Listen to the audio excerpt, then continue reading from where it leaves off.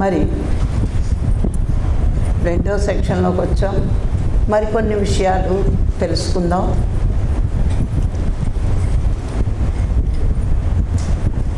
మరి ఇందాక మనం ఏం చెప్పుకున్నామంటే ఎలాంటి వాళ్ళని ఏ స్థితికి ఎదగాలి. ఇందాక కాన్సెప్ట్ మీకు ఏమర్థమైందో తెలియదు, కానీ మనం ఏ స్థితిలో ఉంటాం, ప్రాపంచిక జీవితంలో ఏ స్థితికి వరకు ఎదగాలి, అది మన కాన్సెప్ట్. మరి ఇప్పుడు జన్మతః మానవ జన్మ తీసుకున్నాక మనం ఎన్నో రకాల జన్మలు తీసుకుని, అంటే మరి శిలలుగా, ఖనిజాలుగా, వృక్షాలుగా, భూచరాలుగా, జలచరాలుగా, పక్షులుగా, 4 కాళ్ళ జంతువులుగా, ఇలా రకరకాల జన్మలు తీసుకుని 84 లక్షల జీవరాశులుగా జన్మలు తీసుకుని మనము మానవ జన్మలోకి వచ్చాం. మరి మానవ జన్మలోకి వచ్చేకే మరి మాట కానీ, ఆలోచన కానీ ఇవన్నీ మనకి వచ్చాయి. సృష్టిలో ఏ జీవి మాట్లాడలేదు, ఏ జీవి ఆలోచించలేదు, ఏ జీవి ఏది కనిపెట్టలేదు. ఇప్పుడు సృష్టిలో మీకు కనిపిస్తున్నవన్నీ మానవులు కనిపెడుతూనే ఉన్నారు. దాని వెనకాతల వాడికి, కనిపెట్టే మానవుడికి ఆత్మ అనే గొప్ప ఆత్మశక్తి ఉంటేనే కనిపెట్టగలడు.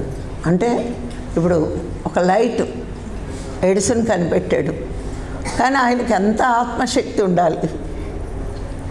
సృష్టిలో కనిపెట్టేవంతా మహారుషులే, కానీ మానవ రూపం దాల్చి వాళ్ళు కనిపెట్టారు, యోగంలో ఆ సిద్ధులు పొంది. మరి ఈ కలికాలం వచ్చేటోడికి సైంటిస్టు అని ఒక పేరు పెట్టుకుంటున్నాం. అందుకే పత్రిసారు ఒక మాట వాడేవారు ఎక్కువ, స్పిరిచువల్ సైంటిస్టులు మీరు అనేవారు. అవునా? స్పిరిచువల్ సైంటిస్ట్ అంటే మీరు స్పిరిచువాలిటీలో ఉంటూ సైంటిస్ట్ లాగా అన్నీ కనిపెట్టగలగాలి, అన్నీ సృష్టించగలగాలి అనే పదం వాడేవారు. అయితే ఇక్కడికి వచ్చాక మనం ఏ ఏ స్థితుల్లో, అంటే మనం పశువులుగా జన్మ తీసుకున్నాం, మరి పక్షులుగా, భూచరాలుగా, జలచరాలుగా అన్నీ అక్కడ అనుభవాలు పొంది భోగజీవులుగా ఉండి మానవ జన్మ వచ్చాక యోగజీవిగా మారాలి. ముందు జన్మలన్నీ వాటిని ఏమంటారు అంటే భోగజీవులు, అవి ఖానా పీనా సోనా, అవి భోగజీవులు. కానీ మానవుడు యోగజీవి. ఆ యోగత్వంలోకి వచ్చే వరకు భోగజీవిగానే ఉంటాడు. యోగత్వంలోకి వచ్చాకే తన జన్మకి పరిపక్వత సాధిస్తాడు. మొట్టమొదటి మానవుడు అంటే దేహము, మనసు, ఆత్మ, ఈ 3 కలిపితేనే మానవుడు. కనిపిస్తుంది దేహం, మనసు, ఆత్మ కనిపించదు. కానీ ఈ దేహానికి, మనసుకి శక్తినిచ్చేది ఆత్మే. అవునా కదా? ఆత్మ తప్పుకుంటే మనసు లేదు, ఇంద్రియాలు లేవు, శరీరము లేదు, ఏమీ లేదు. ఈ 3 కలిస్తేనే మానవుడు. జంతువులు కదా అక్కల చాలా కొద్దిపాటి మనసు, అంటే ఏదైనా పుడితే ఏడుస్తాయి, మళ్ళీ వెంటనే మర్చిపోతాయి. మానవుడిలాగా రాగద్వేషాలు ఉంచుకోవాలి. అంటే ఈ 3 కలిసిన మానవుడు. ఆత్మ అనే పదం మానవ జన్మకు వచ్చాక మనం తెలుసుకుంటాం, ఈ శరీరాన్ని కానీ మనసును కానీ నడిపించేది ఆత్మే. ఆత్మ లేకపోతే ఈ మనసు, శరీరాలు ఏ పని చెయ్యకుండా జడము, అంటే నిర్జీవము, కదలిక లేనిది. అది ఎంతవరకు మనం ఈ స్థాయికి కొంచెం సాత్వికం, శుద్ధ సాత్వికం వచ్చేకే వీటి గురించి తెలుసుకుంటాం. ఫస్ట్ ఎలా ఉంటాం? నా మనసు నా ఇష్టం, నా మనసుకు చచ్చినట్టే చేస్తాను, ఇట్లాగే మాట్లాడతాం. నాకు ఇది ఇష్టం, నాకు అది ఇష్టం, అది ఇష్టం, అలా మాట్లాడతాం. కానీ పరిపక్వ దశ వచ్చింది అంటే కొంచెం ఆలోచన పెరుగుతున్నట్టే. అందుకే మహాత్ములు ఒక మాట అన్నారు, శరీరం కోసం జీవించేవాడు పశువు, కేవలము శరీరం కోసమే జీవించేవాడి జీవితం పశు సమానం. అవి ఏం చేస్తాయి? ఆకలేస్తే తింటాయి, కోరిక కలిగితే అనిపిస్తాయి, పిల్లల్ని కంటాయి. ఎందుకైనా ఏవైనా చేస్తున్నాయి అంటే అవి తినడం శరీరం కోసమే, కోరిక తీర్చుకోవడము శరీరం కోసమే. కేవలము మానవ జన్మ ఎత్తి ఈ శరీరం కోసమే పాటుపడితే, శరీరం కోసమే కష్టపడితే, శరీరం కోసమే ఆలోచిస్తే పశువే. భగవంతుడి దృష్టిలో అంతే. ఎందుకంటే అలా ఎందుకు జీవిస్తున్నాడు అంటే అన్ని రకాలుగా అనుభవించి వచ్చాడు కదా, ఆ సంస్కారం వాడికి ఇంకా వదలలేదు. ఆ శరీరం ఎంతసేపు ఎవరైనా ఆరోగ్యం ఉంటే చాలా అదే తినేస్తారు. పచ్చగడ్డి చిగురు తింటే బలం అంటే అది కూడా కోసుకుని తినే మనుషులు ఉన్నారు. అది గడ్డి ఆహారం అనుకోరు. అమ్మో అందులో ఎన్నో విటమిన్స్ ఉన్నాయి, ఎక్కడ లేని కనిపెడతారు. కానీ మానవుడు అయ్యాక కర్మ సిద్ధాంతం ప్రకారం మన శరీరం ఉంటుంది అనేది ఆలోచన రాదు మొట్టమొదటి జన్మల్లో మనకి. ఎందుకంటే ఆ సంస్కారంతో వచ్చాం మనం.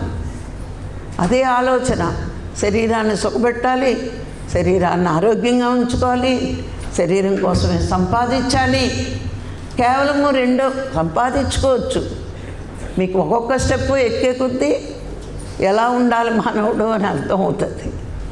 ఒక మొక్క విని డెసిషన్ మైండ్లో మాత్రం తీసుకోకండి. ఇంకొక విషయం చెప్తున్నా, మీరు ఈ హాల్లోకి వచ్చాక నాకేమీ తెలియదు అని కూర్చుంటే అన్నీ తెలుస్తాయి, నాకు వచ్చు అని కూర్చుంటే ఉన్నది ఊడిపోద్ది.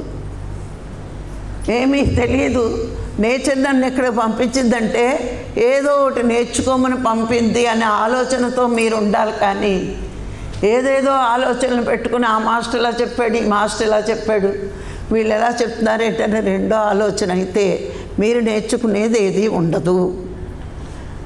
ఎంటీ మైండ్తో కూర్చోవాలి. పుట్టపర్తి సాయిబాబా అనేవారు, మీరు ఎక్కడికైనా ఒక క్లాస్కి వెళ్తే మీ మైండ్ తెల్ల పేపర్లా ఉండాలి, న్యూస్ పేపర్లా ఉండకూడదు అనేవారు. న్యూస్ పేపర్ మీద అక్షరాలు ఉంటాయి కాబట్టి ఏవైనా రాస్తే గజిబిజిగా ఉంటుంది. అదే తెల్ల పేపర్ మీద అక్షరాలు స్పష్టంగా కనిపిస్తాయి. అలాగే మన మనసు ఎంటీ పేపర్ చేసుకుంటే ఏదైనా సరే చెప్తూ ఉన్నది మన మనసుకు హత్తుకుపోయి దాని మీద నేర్చుకోవడానికి ప్రయత్నిస్తాం. అందుకే ఇక్కడికి రాబడ్డాము అంటే మీ ఇష్టం కాదు. మనం చెప్తాం శివుడు ఆజ్ఞ లేనిదే చీమైనా కుట్టదని. ఆ పరమాత్మ అనుగ్రహం ఉంటేనే మనం ఏ పనైనా చేయగలం. నేర్చుకోవడమైనా సాధన చేయడమన్నా ఏ ఆటంకాలు లేకుండా మన సాధన చేసుకోగలుగుతున్నామంటే నిజంగా మనం చాలా అదృష్టవంతులం. ఒక్కొక్కళ్ళకి అవకాశమే ఉండదు, మనకు అంత అవకాశం ఉంది.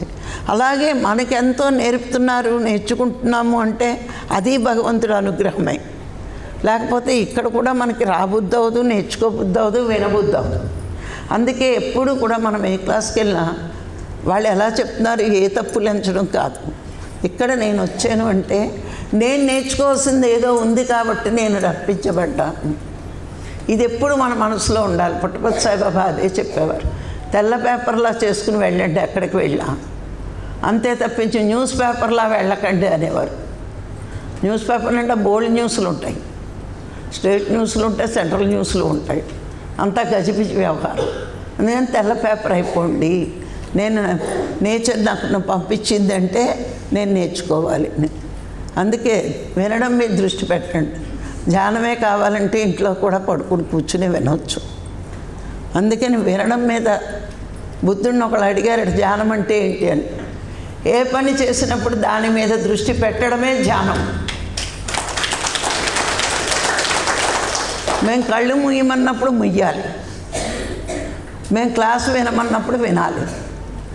పెద్ద ధ్యానంలో కూర్చుని నిద్ర వస్తుంటే కళ్ళు మూసేసి మేము ధ్యానంలో వింటున్నామండి, చాలా బాగా వింటున్నామని చెప్తారు చాలామంది. అది చాలా రాంగ్. అది వినేటప్పుడు వినడం మీద దృష్టి, తినేటప్పుడు తినడం మీద దృష్టి, సాధన చేసేటప్పుడు సాధన మీద దృష్టి. ఏ దాని మీద దృష్టి పెడితే సరి అయిన దృష్టి అవుతుంది, సరి అయిన జ్ఞానం వస్తుంది. కేవలము శరీరం కోసమే బ్రతుకుతే, శరీరం కోసమే అంటే కొంతమంది ఉంటారు బంధాల మీద కూడా శరీరం కోసం ఉన్నట్టే. బంధాల మీద ప్రేమలు పెంచుకుంటే నా కొడుకు నా కూతురు ఉండాలి, ఎంతవరకు ఉండాలో అంతవరకే ఉండాలి. మితిమీరి ఉంటే అది కూడా మనం వేస్ట్ అయిపోతాం వాళ్ళకి. అందుకని శరీర బంధాల మీద మోజు, శరీరం మీద మోజు, ఎంతసేపు వాటి గురించి ఆలోచన, ఈ శరీరాన్ని ఎలా సుఖపెట్టాలోనే ఆలోచన.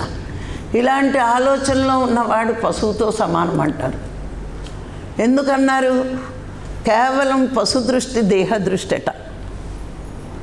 ఆ దేహ దృష్టి ఉన్నవాడు ఈ పశువు అవుతాడు. పశుపతిగా మారాలి కానీ పశువుగా ఉండకూడదు. అది మన ఆలోచనలోకే రాకూడదు. సాధన చేసేవాళ్ళు ఎన్నోసార్లు మీకు చెప్పాను, సాధన చేసినప్పుడు మనకు తీవ్రమైన తపన ఉంటే ఈ ప్రకృతే తల్లిలాగా కాపాడుతుంది మనల్ని. సాధన మానేసి ఇదొచ్చేయాలి కోరికలు కోరితే ఈ ప్రకృతే మనల్ని మాయలో పడి ప్రపంచం వైపు తీసుకువెళ్తూ ఉంటుంది. తప్పేంటి అనే మనసు చెప్పేస్తుంది. తప్పే. ఇప్పుడు మనకు పిల్లలంటే చాలా ప్రేమ ఉండొచ్చు, వాళ్ళ కోసం ఎదురు చూస్తాం. సాయంత్రం స్కూల్ నుంచి వచ్చేయాలో కాలేజీ నుంచి వచ్చేయాలో, వాడు ఎక్కడికైనా వెళ్తే ఆందోళనతో పడిపోతాం. మనసు ఏ యాక్సిడెంట్ అయ్యిందా, ఏమైందా, ఏమైనా జరిగిందా, లేట్గా వచ్చాడని ఇంత ఆందోళన పడి పెంచేవి కదా. రేపు వాడు పెద్దవాడే ఏ అమెరికా వెళ్ళిపోయి నీకు ఒంట్లో బాగోలేదన్నా రాకపోతే నువ్వేం చేస్తున్నావు? అప్పుడు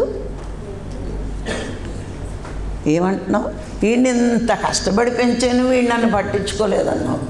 ఈ శరీర బంధం మీద మోజెందుకు, మితిమీరిన మమకారం ఎందుకు, మళ్ళీ ఆకలిని ఆడవడం ఎందుకు? నిన్నేమో నాడు బెంగెట్టుకోమని చెప్పాడా? చెప్పలేదు కదా. మనమే అన్నీ పూసుకున్నాం. మితిమీరిన బంధం పెంచుకున్నాం, మితిమీరిన మమకారం పెంచుకున్నాం. వాళ్ళు చిన్న పని చేసినా మనం తట్టుకోలేకపోతున్నాం అంటే మితిమీరి ఉన్నాం కాబట్టి. ఆ శరీరం మీద బంధమే పెంచుకోకపోతే ఈ సాధనలోకి వచ్చాక నాకు చాలా నవ్వొస్తూ ఉంటుంది. ఎంతసేపు ఆరోగ్యం మళ్ళీ అనుభవాలు చెప్తూ ఉంటారు. నాకు ఇది తగ్గింది కరెక్టే, నేచర్ తగ్గినట్టు మాయ చేసింది. ఎందుకంటే నువ్వు ధ్యానంలో రాకపోతే, మనం ధ్యానంలోకి కోసం పుట్టాం, మనం ఒప్పుకోవట్లేదు. ఏం చేస్తారు? అన్ని దారులు మూసిపోయి అన్ని హాస్పిటల్స్ మూసారు. అప్పుడు సుభాష్పత్రి అనే హాస్పిటల్ ఓపెన్ అయ్యి ఉంటుంది. ఈ హాస్పిటల్లోకి వస్తే ప్రకృతి కూడా మహామాయ, మామూలు మాయ కాదు, లటక్కమని తగ్గిస్తుంది. అబ్బా ఎంత బాగుందో ధ్యానం అంటుంది. పత్రికారు చెప్తారు స్వాధ్యాయం అని. నాలాంటి పిచ్చి దేవోపనిషత్తుతో పట్టుకుంటుంది. వాళ్ళు చాలా తెలివైన వాళ్ళు సత్యనారాయణ తీసుకుంటే ధ్యానం అన్నది భగవంతుని చేరుకోవడానికి కాదు, ఆరోగ్యం కోసం కాదు, దానికోసం అని చదివాననుకోండి, మనకేమనిపిస్తుంది? ఈ ప్రకృతి ఆడే ఆటలో ఒక భాగమై ఇందులోకి రప్పించబడ్డాము. అది మనతో మాయాజోదం ఆడుతుంది. ఎందుకు? ధ్యానం కోసం పుట్టి ధ్యానం రాకుండా ఏం చేస్తున్నాం? మొగుడు శాశ్వతం, పిల్లల శాశ్వతం, ఎంజాయ్మెంట్ శాశ్వతం, ప్రపంచం శాశ్వతం, ఇన్ని అపోహలతో ఉన్నాం. ఇవన్నీ చూడండి, నేను చెప్పినవన్నీ వరుస పెడితే దేహం కోసమేగా. అనుభవించాలి. ఈ భర్త, ఈ పిల్లలు, ఈ సంపాదన, సంసారం, ఎంజాయ్మెంట్ అంతా శరీరానికే. నేను అదే టైపు. ధ్యానం వద్దనుకుంటే ఏం చేసిందో రోగం ఇచ్చింది. ఎక్కడా మందు లేదు. సుభాష్పత్రికి రా అన్నారు. వచ్చాను. వచ్చాక అర్థమైంది, ఊరికే ప్రకృతి నాతో ఒక ఆట ఆడిందంతే, తగ్గినట్టు నటించి. చూడండి, రామాయణంలో రాముడు చిన్నప్పుడు చందమామ కావాలని ఏడ్చాడట. అదేమన్నా చేతిలోకి వస్తుందా? అప్పుడు ఏం చేసింది? వాళ్ళ పిన్ని అద్దం తీసుకొచ్చి, ఇదిగో నీ చేతిలోనే ఉంది చందమామ అందట. చూసి సబ్బా నా చేతిలోకి వచ్చేసింది అనుకున్నాడట రాముడు. మా అన్న కూడా ప్రకృతి ఈ ధ్యానం నా చేతిలోకి వచ్చింది, నేను ఏ రోగం అయినా తగ్గించేసుకోవచ్చు అనుకున్నా. వచ్చాక అర్థమైంది కర్మ ఉంటే రోగం తప్పదు. ఇది ఒక ఆట ఆడింది మనతోటి, తగ్గినట్టు తగ్గింది కానీ శేషకర్మ ధ్యానంలో నువ్వు ములిగేకిస్తుందిలే అంది. అంటే ఏంటి, మనని ధ్యానంలో రావడానికి ఆరోగ్యమే కానీ తర్వాత మిగతా కర్మ ఏం చేస్తుంది, నువ్వు ధ్యానంలో మునిగి ఈ కిక్కెక్కాక ఇస్తుంది అప్పుడు, అంతవరకు ఇవ్వదు. అలాగా ఆరోగ్యం అనేది ఒక స్వీట్ లాంటిదే కానీ అది శాశ్వతం కాదు. నశించిపోయే శరీరం కోసం మనం పాటుపడి ధ్యానం చేస్తే అది శాశ్వతమైన ఆనందాన్ని ఇవ్వదు. మనకి జ్ఞానం వచ్చే వరకు దానికోసమే ప్రయత్నిస్తారు. జ్ఞానం వచ్చాక అర్థమైంది దానికోసం ప్రయత్నం చేయడం వేస్ట్. పత్రిసారి చెప్పారు కదా, వస్తే రాని, ఉంటే ఉండని, పోతే పోని. పిలవని చుట్టంలా రోగం వస్తుంది, నువ్వు పొమ్మనకుండా అదే పోద్ది. అంతే కదా, వచ్చిన రోగము వచ్చిన చుట్టము ఉండడు, వచ్చిన రోగము ఉంటుందా, ఉండదు కదా. ఉంటే ఒకసారే ఉంటుంది, మనం పోయే వరకు, ఈ దేహం పోయే వరకు వదులుతుంది. అందుకని దేహమే నువ్వు కానప్పుడు ఆ దేహం కోసమే నువ్వు ప్రయత్నిస్తున్నావంటే పశువుతో సమానము. మానవ జన్మ తీసుకుని దేహం కోసమే పాటుపడితే పశువే కానీ పశుపతి కాదు. పశుపతి ఎప్పుడవుతావు అంటే ధ్యానంలోకి వచ్చాక. మరి ఇంకోటి ఉంది చెప్పుకున్నాం, మనసు. ఈ మనసు కోసం ప్రయత్నిస్తే దానవుడు. చూడండి, మరి దానవులందరినీ చూస్తే వాళ్ళకి నచ్చిన కోరికతో వరాలతోటి ధ్యానం చేశారు. అవునా, నేను ఇలా చావకూడదు, నేను అలా చావకూడదు, నాకు ఈ వరం కావాలి, ఆ వరం కావాలి, ఇవన్నీ కోరికలన్నీ కూడా దానవులదేగా. దానవులు అంటే ఎవరు? రాక్షసులు. అవునా, మనసు ప్రభావంతో ఉన్నవాళ్ళు, మనసు కోరుకున్నట్టు జీవించేవాళ్ళు. శరీర ప్రభావంలో ఉంటే పశువులు, మనసు ప్రభావంలో ఉంటే దానవులు. రాక్షసులే, వాడు కోరుకున్నట్టే వాడు ఉంటాడు. మరి అంతే కదా. మరి రావణాసురుడు శివుణ్ణి మెప్పిద్దామని ధ్యానం చేసి పార్వతీదేవిని చూసి ధ్యానం మర్చిపోయాడట. ఈవిడే నా పెళ్ళం అయితే బాగుంటుందని. పాప పార్వతీదేవిని నారదుడు రక్షించాడు. దయచేసి మండోదరిని చూపించి ఇదే పార్వతి అన్నాడు. అది పెళ్లి చేసుకున్నాడు పార్వతి అనుకుని. మరి ఈ హిస్టరీ చదవలేదా మీరు? ఇప్పుడు పురాణాల్లోకి వెళ్ళొద్దులేండి. అలాగా మరి మనసుకు నచ్చింది కావాలనుకుని దానికోసమే ప్రయత్నం చేస్తే, దానికోసమే మన అన్నీ ధారపోసి, అంటే జ్ఞానశక్తి అవనివ్వండి, భక్తి అవనివ్వండి, ఏదైనా మన మనసు కోరిక నెరవేరాలి అనుకుంటే అప్పుడు ఏమవుతుంది అంటే నువ్వు దానవుడు అవుతావు కానీ దైవం కాలేవు. శరీరం కోసం అయితే పశువు, మనసు కోసం ప్రయత్నిస్తే దానవుడు. ఈ మనసు ఇప్పుడు ఎక్కువ భూమి మీద ఇళ్ళే ఉన్నారు, దానవ గుణాలతో ఉన్నారు. ఎందుకంటే ఎవడికి నచ్చినట్టు వాడు ప్రవర్తిస్తున్నాడు. అన్నీ తెలిసిన వాళ్ళు చెప్పినా వేస్ట్ అని ఎవడు ఏం చెప్పట్లేదు కదా. పిల్లలకు కూడా చెప్పడానికి భయపడుతున్నారు, ఎందుకంటే చచ్చినా వెళ్తారు, వాళ్ళకి నచ్చినట్టే ఉంటున్నారు కదా. ఇప్పుడు చాలామంది పాపం సంతోషంగా ఉన్నట్టు నటిస్తున్నారు కానీ సంతోషంగా ఎవరూ లేరు. ఉన్నారన్నది శుద్ధ అబద్ధం. ఎవడైనా ధ్యానం చేస్తే ఆడి కర్మ ఆడు అనుభవిస్తున్నాడని వదిలేస్తున్నాం చూడండి. తప్పక వదలడం కాదు, తప్పించుకుని వదులుతున్నాం మనం. ఎందుకంటే ఈ గోల మనకెందుకు, మన కళ్ళు మూస్తే ఏ గోల లేదు. ఈడు ఎలా పోతే నాకెందుకు, ఈడేమి నిర్ణయం తీసుకుని నా కడుపున పడి వచ్చాడు, వీడికి ఏ కోరిక కోరి మన కడుపున వచ్చేసాడు, ఆడి ఇష్ట ప్రకారం ఆ లైఫ్ డిజైన్ బట్టి ఆడు అలాగే ప్రవర్తిస్తాడని మనం వదిలేసాం, తప్పించుకున్నాం. తప్పకలేము, తప్పించుకుని ఉన్నాం. రెండిటికి చాలా డిఫరెన్స్ ఉంది ఆలోచిస్తే. తప్పదురా అని చేయడం వేరు, తప్పించుకుని చేయడం వేరు. ఎందుకంటే చెప్పినా విన్నప్పుడు ఏం చేయాలి? చెప్పడమే మానేయాలి. అంతేనా? చెప్పినా వినరు, అప్పుడు ఏం చేయాలి? అనుభవమే జ్ఞానం అని పత్రికారు అన్నారు కాబట్టి వాడికి అనుభవంలో వాడు నేర్చుకుంటాడు. అలా మనం తప్పించుకోవాలి. చేసే అంటే గొడవే లేదు. నేను అలాగే చెప్తాను, ఎవరికైనా చేయొద్దన్న మానరు కాబట్టి చేసేయండి అంటాను. అనుభవం వస్తుంది వాళ్ళకి. అందుకని మనం వద్దన్న విన్న పరిస్థితులు వస్తే వాడికి నచ్చినట్టు చెప్తే చాలా ప్రేమ మన మీద. అంత ప్రేమ ఉంటుందో అన్నిటికీ ఒప్పుకున్నారనుకుంటారు. ఒప్పుకోవడమా బొందా, ఒప్పుకోకపోతే ఊరుకోవడానికి ఒప్పించేసుకోవడం అన్నమాట. అందుకే ఎవరికి మనసుకు నచ్చినట్టు, నా మనసుకు నచ్చింది అని మనం ప్రవర్తిస్తే అక్కడ మనం ఇంకా దానవులుగా ఉంటాం, కానీ దైవంగా ఎదగం. అందుకే పశువులా ఉండకూడదు, దానవుడిగా కూడా ఉండకూడదు. మరి ఆత్మగా జీవించాలి అంటే దైవం. మనం ఆత్మగా జీవించడం అంటే ఏంటి అంటే అందరి క్షేమం కోరుకోవడమే. దైవం ఏం చేస్తుంది? ఇంత సృష్టి ఎందుకు చేసింది? అందరి కోసమే కదా. ఇన్ని సస్యాలు, ఇన్ని పళ్ళు, ఇంత సుఖపడ్డానికి, మనం సుఖపడ్డానికి ఎన్ని రకాలు వచ్చినాయో చూడండి.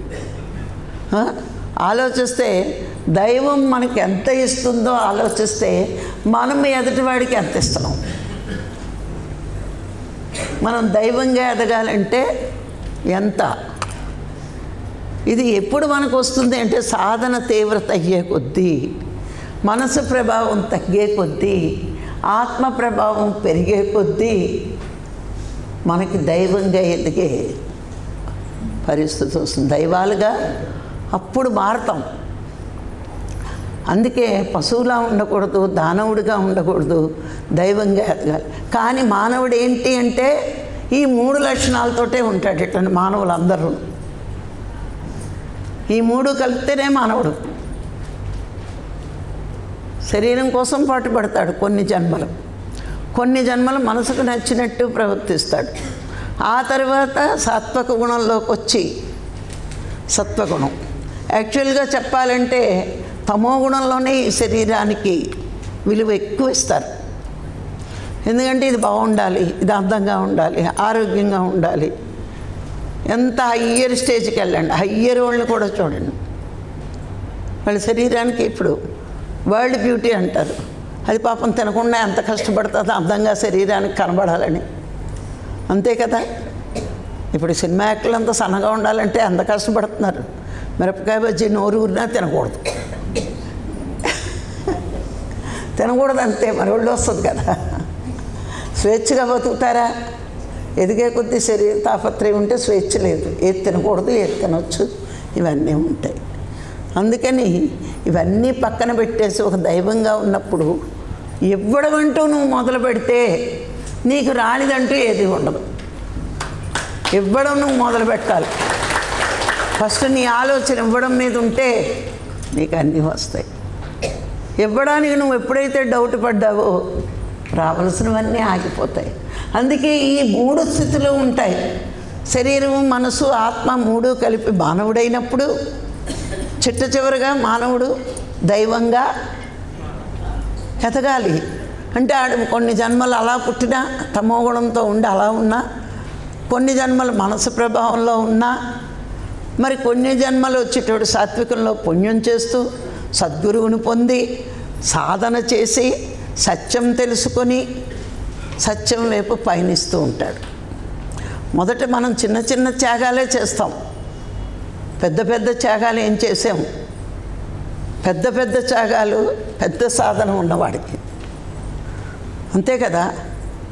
దధీచి మహర్షిలాగా కాలిపోతున్నామా? అది చాలా పెద్ద త్యాగం, అవునా కాదా? మనందరం దధీచి మహర్షి అవ్వక్కల, కొంచెం పత్రిసారి స్థాయికి ఎదిగితే చాలు. తన జీవితం అంతా దారపోసాడు, అవునా కాదా?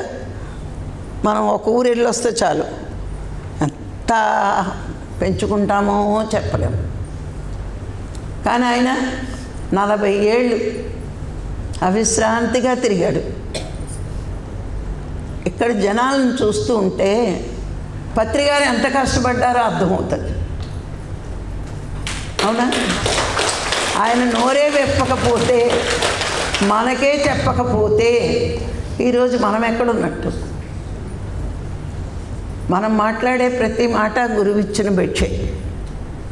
ఆ గురువు దగ్గర నుంచే తెచ్చుకున్నాం. అక్కడ భిక్ష తెచ్చుకుని ఇక్కడ దానం చేస్తున్నాం. మనదంటూ ఏదీ లేదు అక్కడ. ఉంది అనుకుంటే మళ్ళీ మనకు అహంకారం వచ్చినట్లే. ఆ గురువు పెట్టిన భిక్షనే నువ్వు దానం చేస్తున్నావు. నీదంటూ ఏది ఉంది అక్కడ? నీదంటూ ఏమీ లేదని నువ్వు ఏ స్థితిలో నుంచి ఏ స్థితిలోకి ధ్యానంలోకి వచ్చావో, ధ్యానంలో రాకముందు నువ్వు ఏ స్థితిలో ఉన్నావో, ధ్యానంలోకి వచ్చాక ఏ స్థితికి మారేవో నువ్వు విచారణ చేసుకుంటే నీ నిజస్థితి నీకు అర్థమయ్యి గురువుకి వినమ్రుడుగా బతుకుతావు. నేను అంటున్నావు. ఈ మేనును గురువు దగ్గరికి తీసుకెళ్ళాకే వాల్యూ వచ్చింది. ఈ మేను గురువు దగ్గరికి వెళ్ళకపోతే ఆ మేనుకు ఒక పేరు పెట్టుకుని ఆ పేరుతో మిగిలిపోయేవాళ్ళం. అవునా? మరి ఈ మేనుకి ఎంత విలువ వచ్చింది ఈ రోజుని అంటే ఆ గురువు ఇచ్చిన సాధన, ఆ జ్ఞానం అనే భిక్ష నీకు ఆయన వేశాడు. అది నువ్వు పదిలంగా దాచుకున్నావు, వదిలేలేదు. చాలామంది ఏం చేస్తారంటే గురువు దొరికినా సరే వాడికి ప్రాప్తం లేకపోతే ఆ సాధన పక్కన పెట్టేస్తారు. ఏదోనండి సాధన చేసామండి, చాలా రోజుల నుంచి చేస్తున్నామండి, ఏం కనిపించలేదండి, మానేసామండి. మానిన వాళ్ళు నాకు చాలామంది తెలుసు. 25 ఏళ్ళ క్రితం తెలుసు గురువుగారు, 30 ఏళ్ళ క్రితం తెలుసు. ఏంటో అప్పుడు శ్రద్ధ పట్టలేదు, మిమ్మల్ని చూస్తే మళ్ళీ చెయ్యాలనుంది. నేను అప్పుడు చెప్తాను, అప్పుడు అర్హత రాలేదు, మీకు అర్హత వచ్చింది కాబట్టి ఈ రోజుని చెయ్యగలుగుతున్నారు. అర్హత లేనప్పుడు వజ్రాలు ఇచ్చినా చేతిలో ఉంచుకోవడం రాదు. అర్హత లేనివాడికి రాయినిచ్చినా ఉపయోగించుకోవడం వస్తుంది. అంతే. ఆ రాయిని కూడా ఎలా ఉపయోగించుకోవాలో తెలుసుకుంటాడు. వజ్రం ఇచ్చినా ఉపయోగించుకోలేడాడు. అర్హత లేకపోతే అంతే.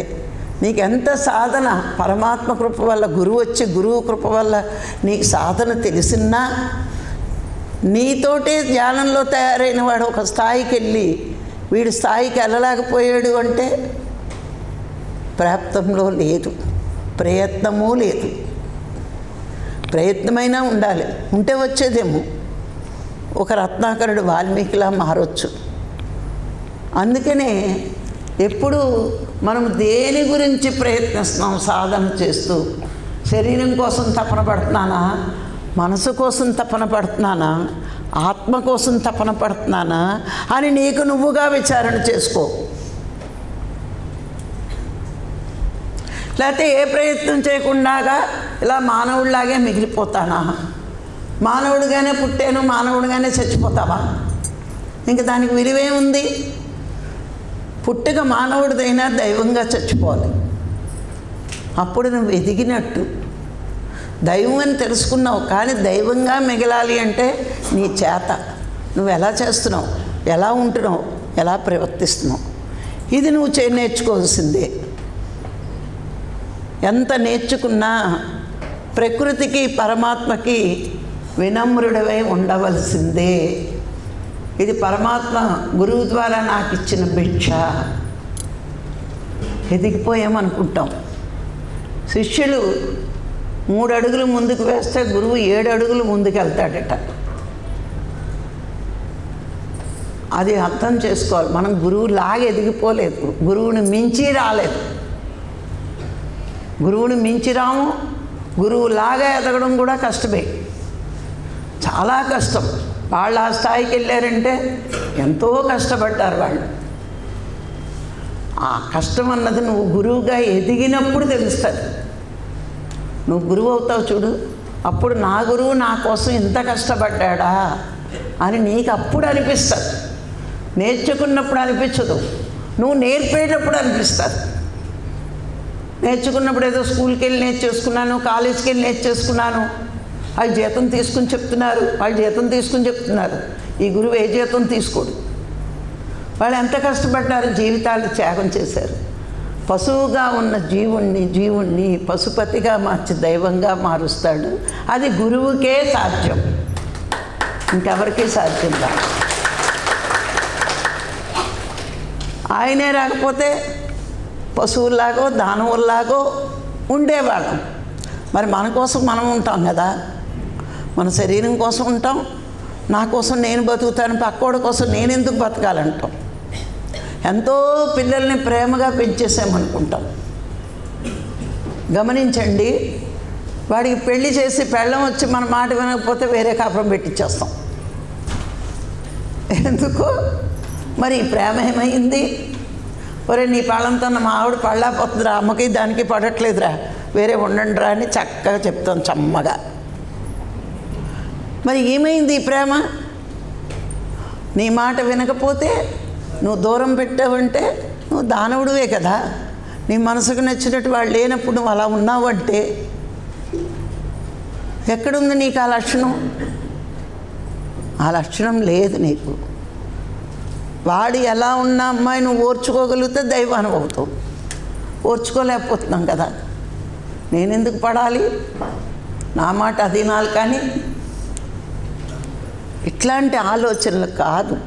ఎన్ని ఆలోచనలు మనకున్నా, ఎలాంటి ప్రవర్తన, ఎలాంటి సంఘటనలు మనకి ఎదురైనా ధ్యానం దగ్గరికి వచ్చాక క్షమించడం గొప్ప వరం. మనకి నచ్చని పరిస్థితులే మన చుట్టూరు ఉన్నా, ఎందుకున్నాయి మన చుట్టూరు నచ్చని పరిస్థితులు అంటే మనకి ఎదగడానికి. నచ్చని పరిస్థితులు ఎప్పుడూ చుట్టూరు ఉంటాయి. ఎవరికైతే నచ్చని పరిస్థితులు చుట్టూరు ఉన్నా కూడా ఓర్చుకుంటూ ఉంటామో అప్పుడు మన ఎదుగుదల చాలా స్పీడ్గా ఉంటుంది. అది మనం ఎన్నుకున్న జీవితమే కదా. సుఖాల్లో ఉంటే ఎదగము, కష్టాల్లో ఉంటే ఎదుగుతాము అని అక్కడ తెలుసుండి ఇవి ఎక్కువ కోరుకుని వచ్చాం. అదే కదా గురువుగారు మనకు చెప్పారు, నీ వాస్తవాన్ని నువ్వు సృష్టించుకున్నావు, ఇప్పుడు వద్దంటే కుదరదు అని.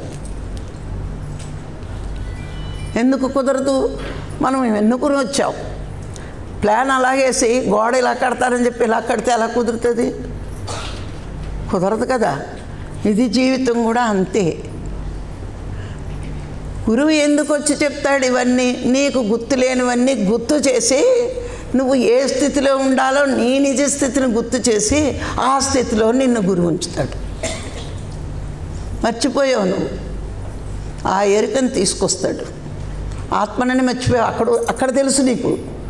జన్మ తీసుకున్నప్పుడు ఈ దేహం ఒక తొడుగులా తెచ్చుకుంటున్నాను, ఈ తొడుగుతో కారులో వెళ్తున్నట్టు, ఫ్లైట్లో విదేశాలకు వెళ్తున్నట్టు, ఎలా తొడుగులు మనకి అవసరానికి వాడుకోవాలో ఈ తొడుగు కూడా సాధనకని తెచ్చుకున్నాం. మర్చిపోయి ఈ చీర నేను, చొక్కా నేను అనుకున్నట్టు ఈ తొడుగు నేను అనుకున్నాం. అక్కడ తెలుసు ఆత్మ నేనని. వచ్చి మర్చిపోయాం. అది గురువు గుర్తు చేస్తాడు. తొడుగును నువ్వు అనుకుంటున్నావు, తొడుగు తీసి పక్కన దిగి ఆత్మను పోయి తెలుసుకుంటావు. మరి ఆత్మని నేనని అలా తెలుసుకున్నప్పుడు మానవమానాలకి, రాగద్వేషాలకి ఇవంతా ఎందుకు అయిపోతున్నామంటే ఇంకా సరి అయిన సాధన మనకి లేక రాగద్వేషాలు, శోకమోహాలు రెండూ మనకు వస్తున్నాయి. ఉంటే అందరి జీవితంలో కష్టాలు లేకుండా ఎవడి జీవితం ఉంది భూమి మీద? ఎవడి జీవితం అయినా ఉందా? అందరి జీవితాల్లోనే కష్టాలు ఉంటాయి. కానీ ఆ కష్టాలను నేనే కోరుకుని తెచ్చుకున్నాను అనే ఎరుక మర్చిపోయి నాకే జీవితంలో ఎన్ని కష్టాలు ఉన్నాయి. మా అత్త వల్ల వచ్చింది, మొగుడు వల్ల వచ్చింది, ఆడపడుచు వల్ల వచ్చింది. ఇవన్నీ మన అపోహలు కాదు, మనం ఎంచుకుని వచ్చిన జీవితమే. ఇది గురువు వచ్చాక అర్థమవుతుంది. అర్థమైనప్పుడు ఓర్చుకునే శక్తి వస్తుంది. ఎంతగా ఓర్చుకుంటామో పాఠాలు అంతగా నేర్చుకుంటాం, అంతగా ఎదుగుతాం.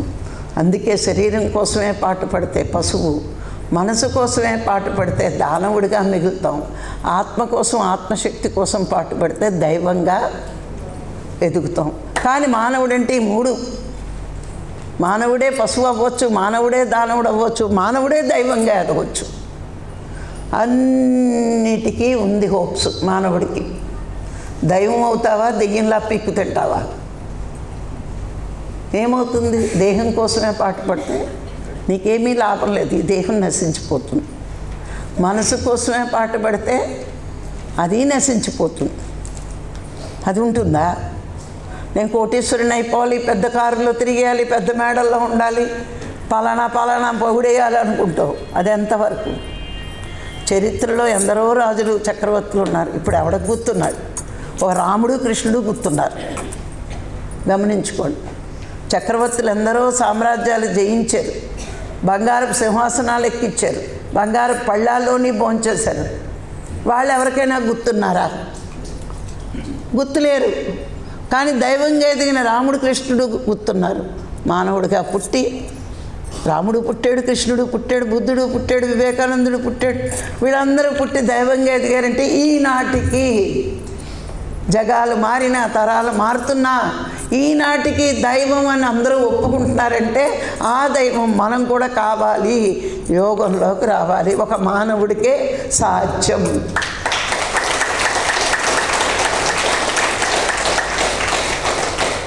అందుకని శరీర స్థితి, మనోస్థితి, ఈ స్థితులను దాటి ఆత్మస్థితికి చేరినవాడే చరిత్రలో చిరస్థాయిగా నిలిచిపోతాడు.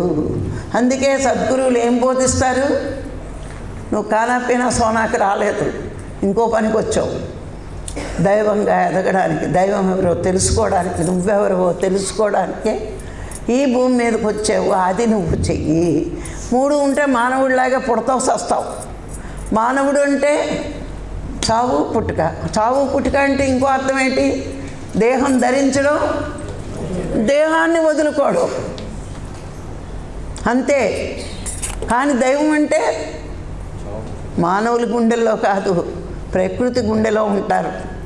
ఈరోజు రాముడు కృష్ణుడు అందరికీ గుర్తున్నారు, దైవాలుగా ఎదిగారంటే వాళ్ళ ఆత్మపరంగా మామూలు సేవల, మామూలు పనుల వాళ్ళవి. వాళ్ళు సుఖాలను కూడా త్యజించి అంత గొప్పగా ఎదిగారు వాళ్ళు. అవునా? అందుకే మనం కూడా ఆ స్థాయిలో చేరాలనే గురువుల అభిలాష. అందుకే నువ్వు శరీరం కాదు, నువ్వు దైవానివి అని పదే పదే గుర్తు చేస్తారు వాళ్ళు. మనం మర్చిపోయి అమరపాటులో శరీరం నేను అనుకుంటామేమో అని అలా ఉంటారు. అందుకే మానవులుగా ఉన్న మనము మాధవులుగా, మహాత్ములుగా, మహనీయులుగా ఎదగడానికి ప్రయత్నమే ఈ సాధన. మరి అటువంటి అద్భుతమైన సాధన చెయ్యాలంటే మరి ఇదే వేదిక. ఈ పిఎస్ఎస్ఎంలో ఇన్ని గంటలు ధ్యానం చేసే అవకాశం మరి దైవం ఆ అదృష్టం మాకిచ్చింది. ఎంతవరకు నడిపిస్తుందో నడవడమే మన పని. ఆ నడిచి అందుకోవాలి. అందుకే అవకాశాలు వచ్చినప్పుడు వదులుకునేవాడు అధముడు, అవకాశం ఉన్నప్పుడు ఉపయోగించుకునేవాడు మధ్యముడు, ప్రతి క్షణము అవకాశంగా మార్చుకునేవాడు ఉత్తముడు. అందుకే ప్రతివాడు ఏ అవకాశాన్ని మనం ఇదివరకు వ్యర్థం చేయొచ్చు, ధ్యాన మార్గంలోకి వచ్చాక ప్రతి అవకాశాన్ని ధ్యానం చేయడానికి, జ్ఞానం పొందడానికి మనం ఉపయోగించుకోవాలి. ఊరికే కబుర్లు చెప్పుకుంటూ కాలక్షేపాలు చేయడం ఎన్నో జన్మలు చేసాం. అవి కాలక్షేపాలన్నీ ఎన్నో రోజులు చేసాం, ఎన్నో సంవత్సరాలు చేసాం. కానీ ఈ కొద్దీ ఇంకెప్పుడు ఉంటామో, రాలిపోతామో, వాలిపోతామో, సోలిపోతామో తెలియదు. కానీ ఈలోగా ఎంత సంపాదించాలి మనం, ఇది నేర్చుకోవాలి మనం. ఎప్పుడు కూడా గురువులు భూమి మీద కట వచ్చి అస్తమాట గుర్తు చేసేది ఏంటో తెలుసా? నీ నీడ నీలాగే ఉన్నట్టు నీ మృత్యు నీ పక్కనే ఉందని చెప్తూ ఉంటారట. నీ నీడ నీ సొంతం ఎలా అయిందో మృత్యువు కూడా నీ పక్కనే ఉంది. నీ ప్రవర్తన నచ్చని రోజున లటక్కమని లాక్కెళ్ళిపోతుంది. మానవుడు చాలా తెలివైన వాడిని అనుకుంటాడట, కానీ మృత్యువుని బోల్తా కొట్టించలేడు. అవునా? ఎన్ని బురుడీలైనా కొట్టిస్తాడు, కానీ మృత్యువుని కొట్టించగలడా? అది రాకుండా చూసుకోవాలి. వచ్చేలోగా ఏ మంచి పని చేయాలి. నువ్వు లోకానికి ఉపయోగపడితే లోకేశ్వరుడు నిన్ను రక్షిస్తూనే ఉంటాడు. కానీ లోకానికి ఉపయోగపడకపోతే పద పద అంటాడు, ఇంకా భూమికి భారంగా. అవునా? అందుకే లోకానికి ఉపయోగపడి దైవంగా నిలవాలి, కానీ మానవుడిగా మిగిలిపోకూడదు. ఎవరు ఎలా బతకనివ్వండి, ఒక సద్గురువును పొందినప్పుడు మన జీవితంలో పురోగమనమే ఉండాలి, కానీ తిరోగమనం మనకు ఉండకూడదు. ఎప్పుడూ పురోగమనమే, ఏ రోజుకి ఆ రోజు పురోగమనమే, ఏ రోజుకి ఆ రోజు సాధన ఉండాలి, ఏ రోజుకి ఆ రోజు జ్ఞానం పెంచుకోవాలి, పరోపకారం ఉండాలి మనకి. ఇవన్నీ పురోగమనం ఒక మానవుడికే సాధ్యం. సాధన, జ్ఞానం, పురోగమనం పొందడం, 10 మంది కోసం పాటుపడడం, ఇవన్నీ కూడా ఒక మానవుడికే సాధ్యం, కానీ ఎవరికి సాధ్యం కాదు. బతుకంతా కూడా మరి మనం ఎన్నో జన్మలు అనుకోండి, ఈ బతుకంతా కూడా శరీరం కోసం మనసు కోసమే పాటుపడ్డాం. ఆత్మని ఎరికే లేదు, మనకి మర్చిపోయాం. గురువు వచ్చి చెప్పాడు, జన్మ జన్మల నుంచి నీ శరీరాన్ని తెచ్చుకుని ఈ శరీరాన్ని అది ఎంతో సాధన కోసం ప్రయత్నిస్తుంది ఉన్న స్థితి నుంచి ఉన్నత స్థితికి ఎదగడానికి. కానీ ఏ జన్మలోని ఆత్మని ఉన్నత స్థితికి చేసుకోవట్లేదు కదా మనం. మరి సాధనలోకి వచ్చాకే ఉన్నత స్థితి ప్రయత్నం జరుగుతోంది. ఈ ప్రయత్నంలో అవరోధాలు వచ్చాయని, శ్రద్ధ తగ్గిందని అనుకుంటే, ఎందుకు తగ్గుతోంది శ్రద్ధ అంటే మనకి ఇంకా ఏదో కొంత ప్రాపంచిక ప్రలోభాలు ఉన్నాయి. మనం ధ్యానం మీద శ్రద్ధ తగ్గించాము అంటే, జ్ఞానం పొందడం మీద శ్రద్ధ తగ్గించామంటే, మన జీవితంలో మనం విచారణ చేసుకుంటే ఏదో ఒక ప్రాపంచిక ప్రలోభం మనని ముంచెత్తేస్తుంది. అంటే ఆత్మ కంటే కూడా మనసు ఇంకా శక్తివంతంగా ఉంది. ప్రాపంచిక ప్రలోభాలన్నీ మనసయ్యేగా. ఆ పెళ్ళికి వెళ్ళకపోతే ఎలాగండి ఏమన్నా అనుకుంటారేమో, వెంటనే మనమే అనేసుకుంటాం వాళ్ళేమనుకోపోతే. వీడు రాకపోతే ఆక్క 500 మిగిలిందని ఆడు అనుకుంటాడని వీడికి తెలియదు. బాగోదు బాగోదు బాగోదు బాగోదు ఎన్నిసార్లు అనేసుకుంటారు వీళ్ళకి వెళ్ళాలని ఉంటే. ఏం బాగోదు, నా మొహం బాగోదు. ఎవరికి బాగోదు? వెళ్ళినోడికి బాగోదు, వెళ్ళనోడు హాయిగా ఉంటాడు. అవునా కాదా? ఎందుకు అంటే ఒక్కటే గమనించండి, బాగోదు అనే మాట మన పదం పదే పదే వాడుతున్నాము అంటే మనకి ఇంకా ప్రాపంచికంలో టచ్ పెట్టుకుంటున్నాం. అది ఉంది ఎక్కడో. వాడేదో బాగోదట్టాడని నువ్వు బాగోని పనులు చేయడం ఏంటి? అంతే కదా. వాడు బాగోదన్నాడని నిన్న కాక మొన్న మా మనవడు ఎంగేజ్మెంట్ జరిగింది ఇంట్లో. అంటే పక్కనే అంటే మొత్తం అంతా మాదే ఏరియా, అక్కడే జరిగింది. ఒక పక్క రాఘరోగాన్ని చూడడానికి వస్తున్నారు, ఒక పక్క వాడి పెళ్లి కొడుకు చేయడం. అమ్మా నువ్వు పెద్దదానివే, అమ్మా నువ్వు పెద్దదానివి అంటారు. సరే వెళ్ళారు. అందులోకి ఈ మధ్య ఏంటంటే మనకి ఎక్స్ట్రా క్వాలిఫికేషన్ ధ్యానం ఉంది కదా. అందరికీ ధ్యానం మంచిదని తెలుసు, ధ్యానం వాళ్ళు చేస్తే మంచిదని తెలుసు, కానీ వాళ్ళు చెయ్యరు. పాపం ఏమనుకోవాలి, వాళ్ళకి అర్హత లేదనుకోవాలి, అంతే కదా. ఎన్ని నగలు తినగేసుకోకుండా వెళ్ళినా నన్నే ముందు పెడతారు వాళ్ళు. ఇలా మంచి చీరలు కట్టుకోకుండా మంచి నగలైతే నన్ను వెనక తోస్తారేమో అనుకుంటే అసలు తొయ్యట్లేదు. సరే అటు వెళ్తున్నాను ఇటు వస్తున్నాను, ఇటు వెళ్తున్నాను అటు వస్తా. కనీసం పొద్దున్న నుంచి చక్రాలు ఉన్నట్టు 5:30 నుంచి తిరుగుతూనే ఉన్నాను రాత్రి వరకు. ఆఖరి మరి రాఘరావు గారు అడిగారు, ఏమైనా నీరసం రావట్లేదా పొద్దున్న నుంచి? అటు ఒక అడిగేస్తావు, ఇటు ఒక అడిగేస్తావు. అటు ఒడుగు పెళ్లి కొడుకుని చేయడం మొత్తం అంతా మా ఇంట్లోనే, పక్కనే భోజనాలు అన్నీ మన దొడ్లోనే వండుతున్నారు, మన ఏరియాలోనే అన్నీ వండుతున్నారు. వాళ్ళు వయసు చేసే. నేను కామ్గా వచ్చి మా ఇంట్లో టిఫిన్ తినేసాను ఎంచుకుని. మా పని అమ్మాయితో చెప్పాను, అట్టేసే గవ్వ తిని వెళ్ళిపోతాను, లేకపోతే అక్కడ నన్ను బలవంతం పెట్టేస్తారు. ఏమో ఆడు కోమటోడే, ఎక్కడి నుంచి పాత్రలు తెచ్చాడో మరి. మళ్ళీ వచ్చాను కామ్గా భోంచేసి ఇంట్లో వండించేసుకుని వెళ్ళిపోయాను. నువ్వేం వండదు, పెరగడం తినేసి వెళ్తాను అంటే నా కొడుకు ఏమైనా అనుకుంటాడు, నా కోళ్ళు ఏమైనా అనుకుంటుంది, నా మనవాడు ఏమైనా అనుకుంటాడు. బాగోదు బాగోదు బాగోదు అంటే నేను బాగోను కదా. వాడు ఏ ఆలోచనతో వంట చేస్తున్నాడు, అందులో ఎంతమంది చేతులు పెడుతున్నారు చూస్తున్నాను. అంత అయిపోయింది. నేనేమో రాత్రి వంట చేస్తున్న వాళ్ళని, అమ్మ మీరు ఏమన్నా తిన్నారా, నేను టిఫిన్ ఇవ్వనా అని అడిగాను. పాలు ఇవ్వనాక పోయిందేముంది, వాళ్ళు అన్నీ తెచ్చుకుంటారు, ఒక మాట అనేస్తే బాగుంటుంది కదా, తెలివితేటలు కదా. టీ పెట్టినా, కాఫీ పెట్టినా, టిఫిన్ ఈ అమ్మగారు ఎంత మంచోరు, నా మొప్ప వంటోళ్ళకి నేను టిఫిన్ పెట్టేది టాళీ చేసుకొని వస్తారు. ఈ అమ్మగారు ఎంత మంచోరు అని అనుకుంటూ పాపం అస్తమాట వచ్చి అడుగుతుంది, ఏం తాగుతారా, ఏం తింటారా. అక్కడ లౌక్యం ఏంటంటే నేనేం చెయ్యక్కల, వాళ్ళే మనకు చేసి పెడుతున్నారు, అన్నీ చేసుకుంటారు. ఒక ప్రేమగా పలకరించావు అనుకో వదలకుండా పాప ఎంత బాగా పలకరిస్తుందో మనకి ఇలాంటి మాటలు ధ్యానంలో దింపడానికి మాట్లాడతాం కదా, అదే వాళ్ళ మీద ప్రయోగిస్తే ఇంకా మురిసిపోతారు వాళ్ళు. ఆఖరిని అన్నారు వెళ్ళిపోయే ముందు, అమ్మ మేము రాత్రి నుంచి కష్టపడి పనిచేసామమ్మా, మరి మీ చల్లని చేత్తో మాకు చీరలు ఎవరా అని అడిగారు. పోయిందేముంది, ఇచ్చే అదృష్టం ఉందనో 3 చీరలు ఇచ్చి కట్టుకుంటాను. అమ్మో ఈ అమ్మ ఎంత బాగుంది, మొక్కో నేను వాడేసిన చీరలు మంచిదండి. అంటే ఆ దైవం మనకిచ్చే అవకాశం ఇచ్చింది. వాళ్ళెవరో మనకు తెలియదు, మనమెవరో వాళ్ళకి తెలియదు. అక్కడ ప్రకృతి పరీక్షిస్తుంది. నువ్వెవరో నాకు వంట చేసావేంటి, అక్కడో నా కొడుక్కి కోళ్ళకి చేసావని అంటే నేను ఇంకా కింద స్థాయిలో ఉన్నట్టే.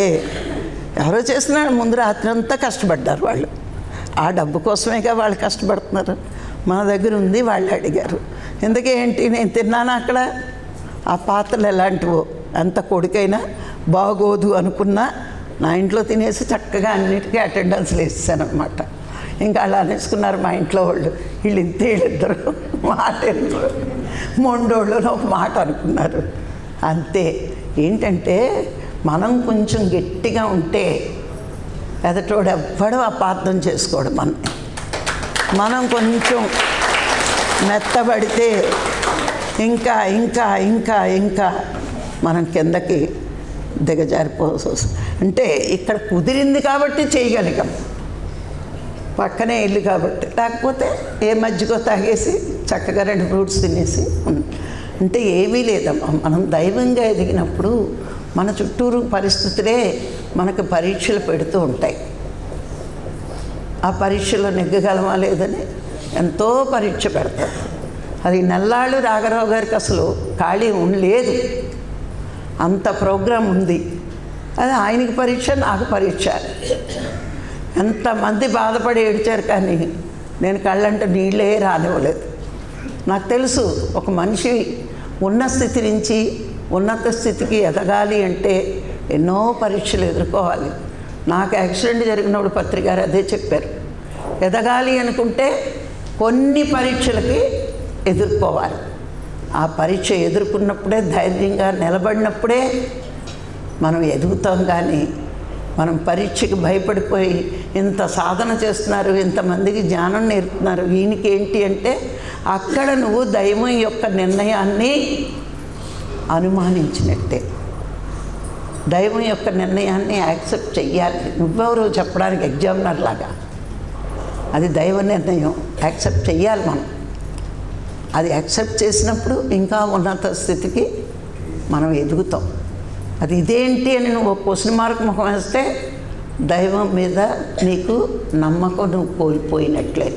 కోల్పోకూడదు. మనం ఎప్పుడు ఏది అయినా, మంచి అయినా చెడైనా మన కర్మఫలాలే టైంకి ఇస్తాడు. ఆయన ఎదగడానికే ఇస్తాడు. సార్ ఎవరు వచ్చినా ఉంటే ఉంటాను, పోతే పోతానని ఎవరు ఈయన. నన్ను పోయేటట్టయితే ఇంకో కుక్క మింగుదురండి, కొంచెమే మింగారు అనవసరంగా, మీరు గ్యారంటీగా భూమి మీద ఉంటారులేండి అని వీళ్ళందరూ అమ్మేంటి ఇలా మాట్లాడుతుంది. నేను హైదరాబాద్ తీసుకెళ్తున్నప్పుడు కూడా మా పిల్లలకి ఒకటే చెప్పాను, నేను డాడీని తీసుకొస్తాను, మీ అందరికీ మాట ఇస్తున్నాను, డాడీకి ఏం కాదు, పరీక్షలు ఎదుర్కొంటున్నారు అని చెప్పి తీసుకొచ్చిన రోజు కూడా అందరూ అన్నారు ఎంత ధైర్యంగా తీసుకొచ్చేసావు. ఆయన బాగానే ఉన్నారు కదా, మీకెందుకు అసలు అనుమానం, ఆయన ఎదుగుతున్నారు, ఇంకా ఎదగాలి, ఎన్నో పనులు చేయాలి, ఎంత ఖర్చు పెట్టి చేశాక ఇందులో 10 ఏళ్ళు 20 ఏళ్ళు చెయ్యొద్దా అన్నాను. ఇంకా అందరూ నవ్వుకుంటూ వచ్చారు. ఎప్పుడైతే భగవంతుడి మీద నమ్మకం, గురువు ఇచ్చిన సాధన మీద నమ్మకం, ఈ రెండు మనకు ఉంటాయో మనం ఏదైనా సాధించవచ్చు, సాధించగలం కూడా. ఎప్పుడు కూడా మనం ఎప్పుడైనా బాధపడ్డాము అంటే దైవ నిర్ణయాన్ని మనం ఇంకా అనుమానిస్తున్నట్టే. నా లెక్కది. దైవం యొక్క నిర్ణయాన్ని ఎప్పుడూ మనం అనుమానించకుండా యాక్సెప్ట్ చేయాలి, స్వీకరించాలి. ఏది జరిగినా మన మంచిగా జరుగుతుంది. మనం ఎదగాలంటే ఎన్నో పరీక్షలు ఎదుర్కోవాలి, ఎదుర్కొంటాం కూడా. సాధన ఉంటే ఏదైనా ఎవరైనా ఎదుర్కోవచ్చు. మరి అంత బాగా మనం ఇంకా సాధన చేస్తూ ఇంకా జ్ఞానాన్ని పెంచుకున్నప్పుడు మీరంతా ఎంత బాగా చెప్తూ ఉంటారో పత్రి గారు కానీ రాఘరావు గారు కానీ అంత సరదా పడతారు. ఎందుకు మీ ఫోటోలు ఎక్కువ పెట్టమంటున్నారు? ఎందుకంటే మీరు ఎంత ప్రచారం చేశారో సార్ చూసుకుంటూ ఉంటారు. పత్రి గారు ఏ కళతో ఈ భూమి మీదకి వచ్చి ఎలా చెప్పారో ప్రతి వాళ్ళకి మనం ధ్యానం నేర్పుతున్నామంటే ఒకటే గుర్తుంచుకోండి, ఎతటి వ్యక్తితో మాంసం మానిపిస్తున్నాము అనే ఎరుక మన మనసులో ఉండాలి. పత్రి గారికి అతి ఇష్టమైన పని శాకాహారం, అహింసా మార్గం. అది మనం ధ్యానం చేసినా చెయ్యకపోయినా ఆయనకేం నష్టం లేదు. ఎంతమంది ఛానల్గా మారితే శాకాహారులుగా మారితే అంత ఇష్టం పత్రి గారు. మొదట్లో నాతో అనేవారు, చిన్న చేప పిల్ల కూడా మరణించకూడదు, దానికోసమే నేను జన్మ తీసుకుని వచ్చాను భూమి మీదకి, ఈ అహింస కోసమే వచ్చాను, అందరినీ శాకాహారులుగా మార్చడానికే వచ్చాను, నా ప్రయత్నం అంతా అదే అనేవారు ఎప్పుడు. ఆ పని ఇప్పుడు మనం చేస్తే జ్ఞానులుగా మార్చి అందరినీ శాకాహారులుగా మారుస్తే మనం కూడా పత్రికారి రుణం తీర్చుకున్నట్టే. ఈ విద్య ఆయన దగ్గర నుంచి తీసుకున్నాం కాబట్టి ఆయనకి ఏదో ఇవ్వాలి గురువుకి. ఆయనకి ఏదో ఇవ్వడం అంటే మనం జనాల్ని ధ్యానం నేర్పి శాకాహారులుగా మార్చడమే ఆ గురువుకి ఇచ్చే గురుదక్షిణ. నేను అదే అనుకుంటా. ఈరోజు ఈ విద్యతో మనం ఎంతో పేరు సంపాదిస్తున్నాం. ఇదంతా గురువిచ్చే. అదే రుణం తీర్చుకోవడము అంటే. మరి ఏ లోకాల్లో ఉన్న పత్రికారి ఈరోజు మనం చేసే శాకాహార ప్రచారానికి ఆయన చాలా చాలా సంతోషిస్తాడు. అవును కదా? త్రికరణ శుద్ధిగా మనం ఎవరి దగ్గర నుంచి ఏమీ ఆశించట్లేదు. వాడు శాకాహారిగా మారడమే. పశువులుగా ఉన్నారు, మనం పశుపతులుగా మారుస్తున్నాం, అంతే తేడా. అది గమనించండి. ఇదంతా మన ఇష్టమై చెయ్యం. మనని మెచ్చి ఈ ప్రకృతే మనకు ఒక డ్యూటీ వేసింది. మన సాధన, మన జ్ఞానం ప్రకృతికి నచ్చితేనే చెప్పే అవకాశం ప్రకృతి మనకిస్తుంది. ఊరికే మనం వెళ్ళి చెప్పేసామనుకుంటాం గొప్పగా. మనం వెళ్ళి చెప్పడం కాదండి, ప్రకృతి మనకి అవకాశం ఇస్తుంది. ఇది అనుకోండి ఎప్పుడైనా సరే. నేను వెళ్ళి చెప్పాను, నేను వెళ్ళి చేశాను కాదు. నీ పొందరు. నువ్వేం చెప్తావు? ప్రకృతి ఇష్టం కాకపోతే వెళ్ళాలనుకుంటా గుమ్మం తగిలి పడతావు, అంతే కదా. స్పీడ్గా ఆటో ఎక్కుతామని పరిగెట్టుకుని వచ్చావనుకో, ఆడు వెయిటింగ్ డబ్బు అడుగుతాడని ఆ గుమ్మం తడికి ముందుకు పడతావు, బోర్ల పడతావు, దెబ్బ తగులుతుంది, వెళ్ళడం ఆగిపోతుంది. అక్కడ ప్రకృతి ఏం చేస్తుంది? నువ్వు వెళ్ళాలి అనుకుంటే తిన్నగా ఆటో ఎక్కుతావు. అది ప్రకృతి యొక్క ఇష్టం. మనం వెళ్ళాము అంటే మన సాధన, మన జ్ఞానం ఆ ప్రకృతికి నచ్చితేనే మన ముందు జనాల్ని కూర్చోబెడుతుంది. ఆ ప్రకృతికి నచ్చినప్పుడు మనకి అవకాశాలే రావు. సార్ ఎప్పుడు నాకు అదే చెప్పేవారు, నువ్వు చేస్తున్నానని ఎప్పుడు అనుకోవద్దు. నీ ద్వారా ప్రకృతి చేయిస్తుంది, దానికి అర్హత నీకు కల్పించింది అనుకో. అంతేకాని నేనేదో చేసేస్తున్నాను, నేనేదో పొడి చేస్తున్నాను అని ఎప్పుడు అనుకుంటూ అహంకారం పెంచుకోవద్దు. ఇది ప్రకృతి మనల్ని పరీక్షించడానికి ఒక మంచి అవకాశం ఇవ్వచ్చు. ఓసారి అవకాశం నీకు అహంకారం పెరిగితే అవకాశం కూడా పోగొట్టవచ్చు. ఇక్కడ భూమి మీద అతి గొప్ప మంచి పని ఏంటి అంటే పశువుగా ఉన్న మానవుణ్ణి పశుపతిగా మార్చడమే, ఇంకేం లేదు. ఈ భూమి మీద అతి గొప్ప పుణ్యం అదే. ఇది నేను ఉపనిషత్తుల్లో చదివాను కాబట్టే ధ్యాన ప్రచారాన్ని అంత ఇష్టంగా స్వీకరించాను. అంత ఇష్టంగా. మా వారు అడిగే 3 days చేయగలవా అని. నేను చేయకపోతే ఇంతమంది శిష్యులు ఉన్నారు, ఎవరికొకరికి అప్పచెప్తానండి, ఇందులో ఏ ఒక్కడో తక్కువడు కాదన్న. ఎవరో ఒకరు మీ శిష్యులంతా చాలా గొప్ప గొప్ప వాళ్ళు, భయపడకండి, మనం క్యాన్సిల్ చెయ్యొద్దు 3 days వర్క్షాప్ అని చెప్పాను నేను. అప్పుడు మా ఆయన ముఖం కళకళలాడుతూ ఉంది. నేను ఎక్కడ ఆపేయమంటాను అనుకున్నారు. ఆయనకి ఏది ఇష్టమో నాకు తెలుసు కదా. ఏముంది, ఎంతమంది శిష్యులను తయారు చేస్తే తలకు 1 గంట క్లాస్ చెప్పలేరా? చెప్పగలరు కదా. చూడండి ఎంత ధీమాగా బొరలోపుతున్నారా అందరూ. ఎంతమంది శిష్యులను పెట్టుకున్న రాఘరావు గారు 3 days నడపలేమా? నడుపుతాం కదా. నేను అదే ధీమాగా చెప్పాను, మేము నడిపేస్తాం ఎలాగలా నడుపుతాం, మొత్తానికి మేము నడిపేస్తాం, దీన్ని ఆపేది లేదు. అంతేనండి, లేకపోతే ధ్యానం చేసి వస్తాం. అన్నిటికీ రెడీ. ఓకే, క్లాస్ బాగుందా?